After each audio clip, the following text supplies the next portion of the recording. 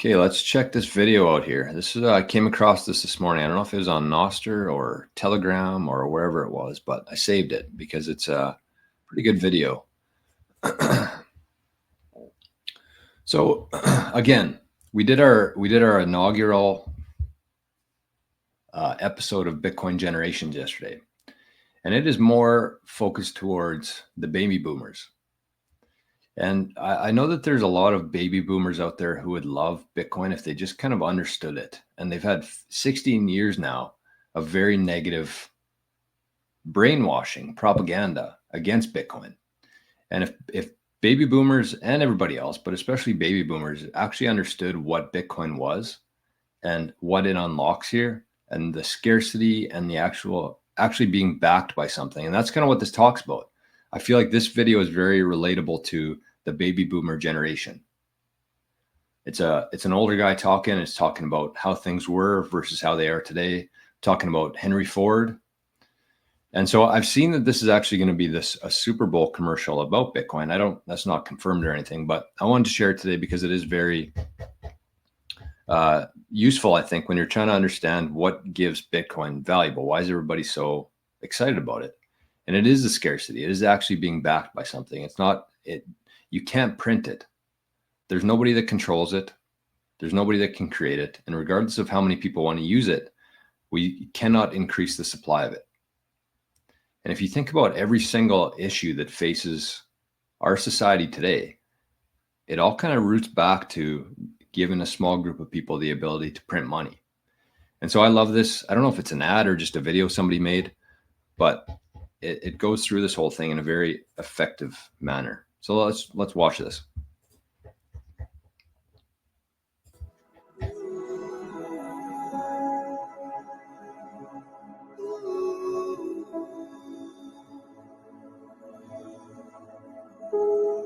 Didn't used to be like this.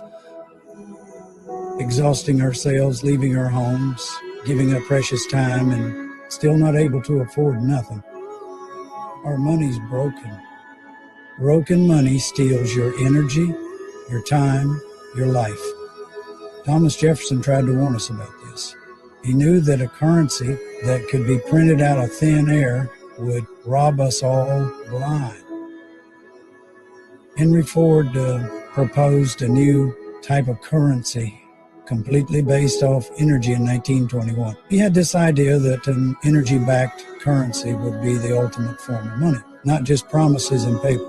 He believed an energy-backed currency was an honest way for people to prove the work they'd perform. Our money represents our value, our lives, our freedom, our energy. It's not right to have it constantly debased, but there is a solution out there. It's the most secure network the world has ever seen, without a single failure, ever, completely decentralized across the globe, backed by raw energy. There's millions of people all around the globe pouring every nickel and dime they have into this network, out there working tirelessly day and night, storing their energy into a brighter future.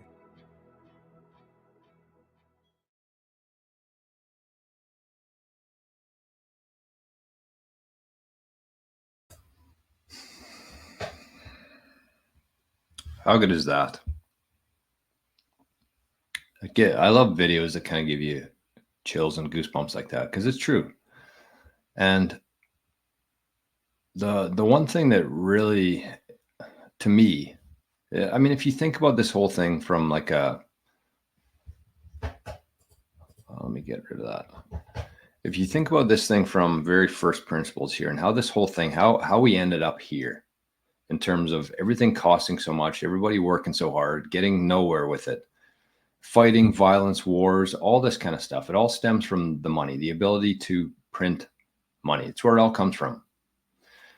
And it's the sad things like that. If you think about the family, and I don't know how old people here are, but I was lucky enough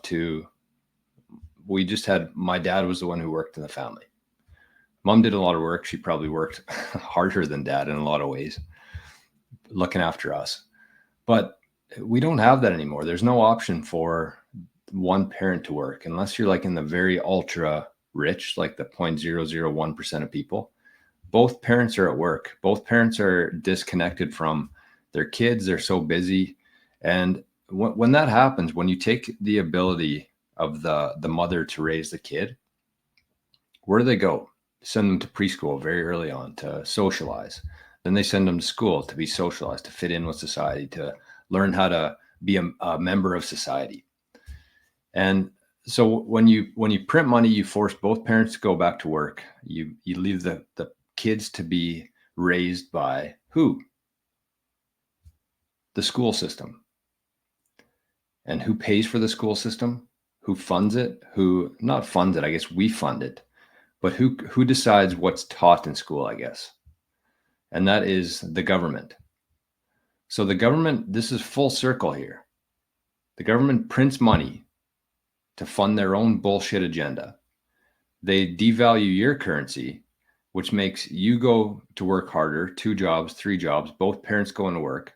So you have to send your kids to a school. You have to send it to preschool. You have to put them through the whole thing, which is the way to do it, right? And so when you do that, who's teaching your kids? The government. And what do they teach them? I think most people would agree that not everything you learn in school is completely accurate and completely beneficial for you. You learn how to be a good slave, pretty much. You learn how to show up on time, to sit in a classroom all day. It's shitty to say, but this is something I really think needs to change in the world, the school system. I think that that's a big part of it. And until you have a currency that's actually backed by something, you take away that ability for them to print money. And the time and energy that you spend during your day, you can actually store that properly and actually get ahead. That's the difference here. And when that happens, I think that there's going to be a combination of things through homeschooling, where the mom or the dad actually stays home and can spend time with the kids and teach them about things that they want to learn about versus what the government thinks that they should learn about. And if you think about the stress and the fights that are caused by money, it's truly sickening what they've done to the world and to society just by we allowed them to print money. And I think that even if we ended up going back to a gold standard, things would be 1,000 times better than they are today. It still wouldn't be great, like a Bitcoin standard, a currency backed by Bitcoin and energy would be much more beneficial, I think, short-term and long-term. But even going back to a gold standard where you take away their ability to print money, that would change every aspect of society. And it's already happening. Like I'm talking about this as if it's a pipe dream, but this is already happening. Bitcoin's here. Nobody can stop Bitcoin. The sooner you join the network, the sooner you convert your time and energy into Bitcoin, the better off you're going to be. And so I think that video was perfect in terms of helping people understand the importance of a currency that's backed by energy and the issues with giving a small group of people the ability to print money.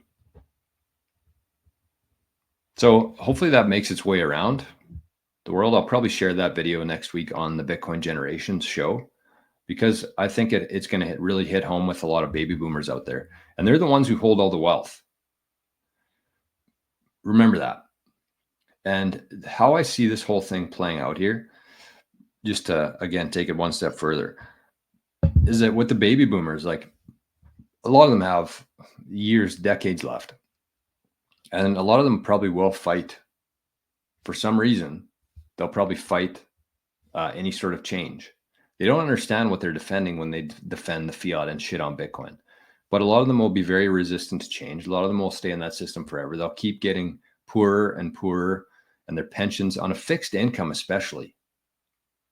When you're getting the same amount every month from the government and everything in your life gets more expensive, you lose. At least if you don't have a fixed income, if you're working, you can work, you can get a second job, you can get a raise, you can get a bonus.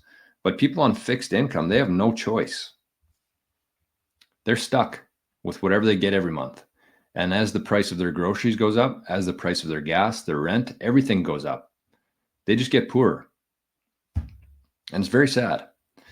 So over time, I think that some of those people, and I know that there's baby boomers probably watching the show here today. I know that there are. But a lot of people will just stay in that system. But when their wealth that they've accrued through the years, when that gets passed on to the younger generation, like my generation, what do you think is going to happen with that? Do you think they're going to keep buying gold and bonds and stocks and keeping it in a savings account, or are they going to start buying Bitcoin? So this thing's going to happen eventually. It is happening eventually. And it's kind of up to the baby boomers if they want it to happen faster or if they want it to happen after they're gone. Either way, it's happening. So this could take 5 years. It could take 10 years. It could take 20 years. But eventually all that capital is going to find its way into Bitcoin. And when that happens, like it's hard to even comprehend for the human brain, an asset that's truly scarce and fixed, and everything will be flow into, and everything will be repriced by.